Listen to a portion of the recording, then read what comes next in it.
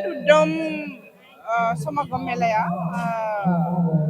दाखिलि DIC अफिसावबो DIC नि जोंनि प्रांगनाव मोनसे जादोंमोन फिसा डिस्ट्रिक्ट लेभेलनि दिनै स्टेट लेभेलनि बाहाय जाफैदों दाब दाब जायगानि जोंनि क'क्राझारनि बादैबो दाब दाब जायगानि जोंनि खाथि खाला डिस्ट्रिक्टफोरनि माखासे उद्यमिफ्रा बाहाय फालांगिफ्रा बाहाय पार्टिसिपेट खालामदों जोबोद मोजां मोनसे प्लेटफर्म क'क्राझाराव रायजो राजाफ्रा नुजाफैनानै बिथांमोनखौ आरो साहस आरो बिथांमोनखौ एनकारेज खालामफैनाया अत्यन्त दरकारि जोंनि क'क्राझारनिबो BTC निबो गोबां फालांगिफ्रा गोबां एन्टारप्रिनारफ्रा फुडआवनो हक बा माबायावनो हक सि जोमावनो हक बा अइन आखाइनि खामानिनि माखासे माबाफ्रा एन्टारप्रिनारफ्रा बाहाय पार्टिसिपेट खालामदों गावनि गाव प्रडाक्टखौ माबा खालामदों एक्जिबिट खालामदों फैगौ दिनफ्राव बिथांमोनखौ आरोबाव साबसिननिफ्राय हामसिन प्रडाक्ट फिनिशिं आरो बेबादिनो माबा खालामहोनो हानायनि जाहाथे बिसोरखौ प्रमोट खालामनो हायो बेनि थाखाय जोंनि BTC नि इन्डास्ट्रियेल कमार्स डिपार्टमेन्टआबो माखासे इनिशिएटिभ लागोन बिथांमोनखौ हेल्प खालामगोन फैगौ दिनाव गतिके बिथांमोनहा जाहाथे साबसिननिफ्राय हामसिन एन्टारप्रिनार गावसोरनि केपासिटिजों बिल्ड आप जानो हायो जोंनि क'क्राझारनिबो जोंहा मस्टलि हेन्डलुम एन्ड जोंनि सिल्क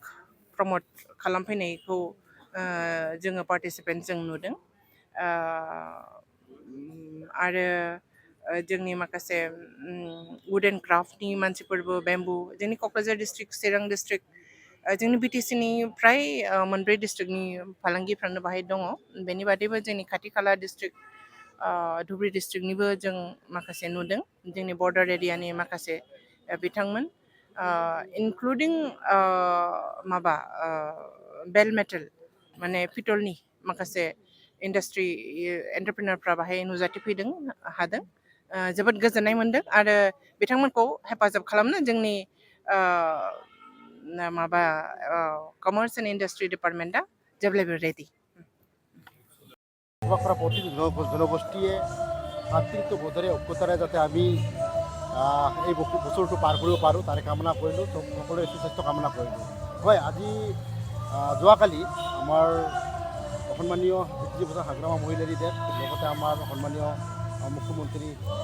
হিমন্ত বিশ্ব শৰ্মা দেৱ লগতে আমাৰ সন্মানীয় মন্ত্ৰী জয়ন্ত মল্ল বৰুৱা দেৱে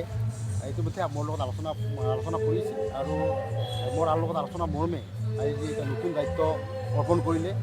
মই বহুত বহুত ধন্যবাদ জ্ঞাপন কৰিছোঁ মোৰ আন্তৰিকতাৰে আৰু আজি যি জনগোষ্ঠীৰ ফালৰ পৰা আজি মোক মিনৰিটি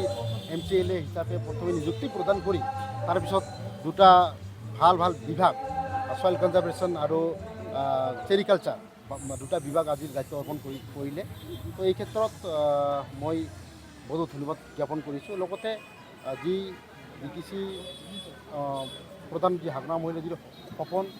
BTC বসবাস কৰা প্ৰতি জাতি জনগোষ্ঠীৰ মাজত ঐক্যতাৰে বা ভাতৃত্ববোধেৰে আমি BTCখন চলাই লৈ যোৱা আৰু তেখেতৰ যি মটো এই মটৰ ওপৰত মই যিখিনি কৰিব লগা মই নিশ্চয় আন্তৰিকতাৰে কৰি যাম আৰু যি দুটা মই নতুনকৈ বিভাগ পালোঁ এই বিভাগৰ আওতাত যিখিনি কৰণীয় কাম নিশ্চয় মই আন্তৰিকতাৰে নিষ্ঠা সহকাৰে কৰিম